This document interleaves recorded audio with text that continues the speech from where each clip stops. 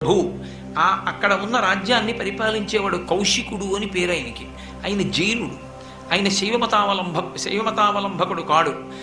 ఆయన ఈమె అందచందాలు తెలుసుకుని ఆ గ్రామానికి వెళ్ళి అక్కమ్మని నేను పెళ్లి చేసుకుంటానన్నాడు. తల్లిదండ్రులు ఇవ్వడానికి ఇష్టపడలేదు. ఈమెమో శివభక్తురాలు, ఆయనేమో జైనుడు. శివార్చన లేకపోతే ఈమె బతకలేదు, కాబట్టి మేము పిల్లనివ్వమన్నారు. పిల్లనివ్వకపోతే మీ అమ్మాయిని మీ కుటుంబాన్ని కూడా ధ్వంసం చేస్తానన్నాడు. తండ్రి అక్కమాంబ దగ్గరికి వచ్చి ఏడ్చాడమ్మా, ఇలా అంటున్నాడు ప్రభువు బలవంతుడు, ఎదిరించలేనని. ప్రభువుని పిలిపించండి, నేను మాట్లాడతానంది ఆవిడ. ప్రభువు వచ్చాడు. ఆమె బయటికి వచ్చింది.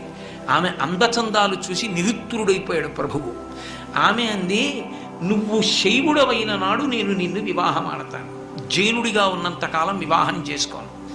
నువ్వు శివభక్తి నా కోసం కృతకంగా అనుకరించడం కాదు, శివుడి గొప్పతనాన్ని